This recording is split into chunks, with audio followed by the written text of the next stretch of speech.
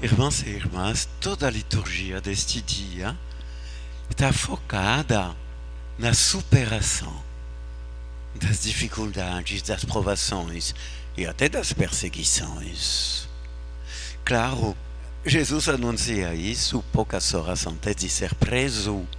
Ele tem uma lucidez absoluta sobre o que vai lhe acontecer e que ele aceitou com toda a liberdade, na consciência de sua responsabilidade conosco.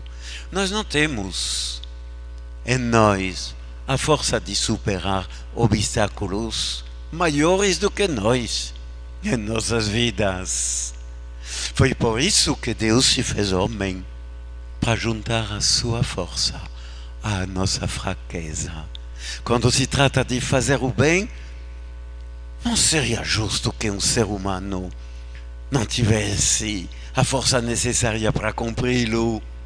E então, que ele fique como que determinado a fazer o mal. Foi por isso que Jesus se fez homem, resgatar-nos e transmitir-nos a cada dia a sua força para fazer o bem, para amar, para sair de nós mesmos, cuidar do outro, a beleza da vida que se torna parecida à de Deus, como a gente vê em Jesus Cristo. Na primeira leitura recebemos a continuação das leituras dos outros dias. Quando Paulo passou por Atenas, ele sofreu aquele fracasso, porque não foi escutado. Naquela capital dos intelectuais, a sua mensagem pareceu loucura. Ele soube sim que uma pequenina comunidade, talvez um punhado de homens e mulheres, se levantou, mas ele teve que sair e fugir de Atenas e chegou em Corintos. Corintos, se tu soubesses, uma cidade naquela época de 300 mil habitantes, é muito grande. 2/3 da população eram escravos. Por que escravos tantos assim? Porque Corintos é como a cidade de Panama. Ela está entre dois mares e tem uma faixa de terra entre os dois mares apenas de 11 quilômetros. Era preciso muitos escravos para carregar nas costas a mercadoria dos navios que entravam num porto, levar para outro lado 11 quilômetros, mas você nem imagina, os escravos carregavam nas costas os navios. Os escravos carregavam nas costas os navios de mercadoria, depois de ter tirado toda a mercadoria e recolocar 11 quilômetros mais adiante no outro porto. 200 mil escravos. E é lá a capital do luxo e da luxúria, a capital da riqueza e da miséria. É lá que Paulo anuncia sozinho, pois ele espalhou, você se lembra talvez, Lucas e Timóteo em Filipos. Ele deixou em Bereia Silas e ele está sozinho. Quem lê entre as linhas dos Atos dos Apóstolos percebe que ele passa por uma verdadeira depressão. É bom ver os apóstolos de Jesus que passam por depressão. Faz bem a gente. E escuta isso. Paulo parou de anunciar o Evangelho durante aqueles 6 primeiros meses, menos dia de sábado na sinagoga, diz Lucas, dos Atos dos Apóstolos. Mas, estando Paulo em Corintos, Uma noite o Senhor disse-lhe em visão: não tenhas medo. Continua a falar e não te cales, porque eu estou contigo. Ninguém te porá a mão para fazer mal. Nesta cidade há um povo numeroso que me pertence. E Paulo retoma ânimo. A chegada de Silas e Timóteo ajuda porque ele recebe notícias boas de Tessalonique, de Filipe, de Bereia. E ele retoma a pregação com o seu jeito ardoroso. Uma grande superação, vencida pela graça de Deus, pela voz de Cristo que ecoou, talvez aos ouvidos, mas com certeza no coração. Não temas, não te cales. Tem nesta cidade de Corinto um povo numeroso que me pertence. Gostaria que Jesus falasse isso de todas as nossas cidades da Diocese de Conceição. Tem nesta cidade um povo numeroso que me pertence.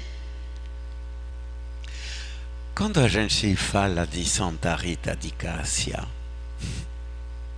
nos anos que levam de 1300 até 1450, imagina, esta mulher casa enquanto ela queria ser consagrada, mas aceitou para agradar aos pais.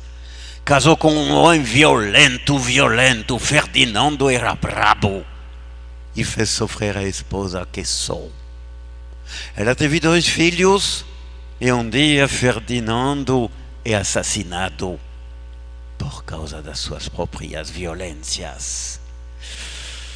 Ela tinha conseguido amontoar o coração do marido, mas o mundo não tinha perdoado o que ele tinha feito antes de mudar.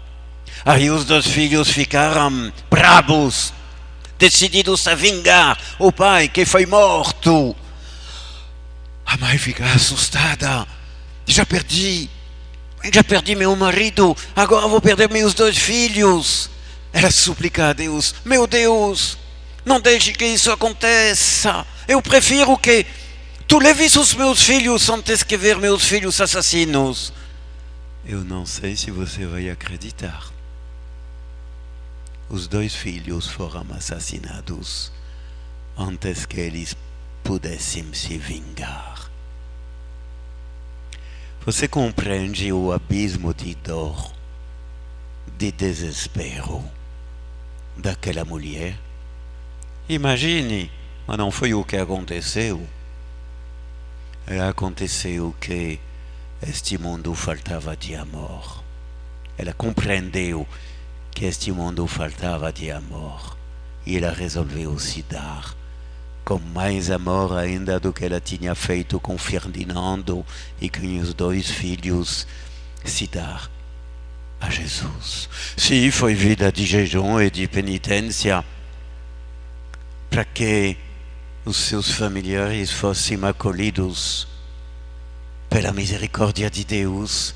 E ela cresceu, além de todas as expectativas. Ela entrou na vida religiosa, na congregação das agostinianas, e lá Jesus a tomou consigo numa intimidade muito grande. Todo mundo sabe como um dia um espinho da coroa de Jesus veio se plantar na cabeça de Rita, irmã Rita de Cássia. Ela passou anos com este sofrimento, orando pelo mundo, para que o mundo saia desta epidemia de violência que gruda nele e nunca o solta. Mas ela sabia que um dia a paz ia chegar, pois a paz já foi dada pela ressurreição de Jesus. Você entende que a ressurreição de Jesus é essa comprovação fantástica que todos os males foram vencidos por Cristo. Se Cristo venceu a morte, Então, pelo poder da ressurreição, todos os males do mundo são e serão vencidos. É só nos unir a Ele, para com Ele, com a força que vem dele, cada um individualmente possa vencer dentro de si, possa ajudar os outros, possa contagiar aqueles que são atingidos pelo mal, para que o amor tome o lugar do mal. Jesus tem esta promessa fantástica no Evangelho de hoje. Por isso digo que toda a liturgia está voltando para esta superação. A mulher, quando deve dar à luz, fica angustiada, porque chegou a sua hora. Mas depois que a criança nasceu, ela já não se lembra dos sofrimentos por causa da alegria de um homem ter vindo ao mundo. É o teu destino e o meu. Mas ele não se realiza pelas minhas forças, pela minha disponibilidade inteira ao projeto de Deus, com toda certeza. Mas é a vitória do amor em mim, em ti e em todos nós. É isso o Espírito Santo, Deus agindo, amando e vencendo em nós. Que Deus nos dê essa graça. Amém.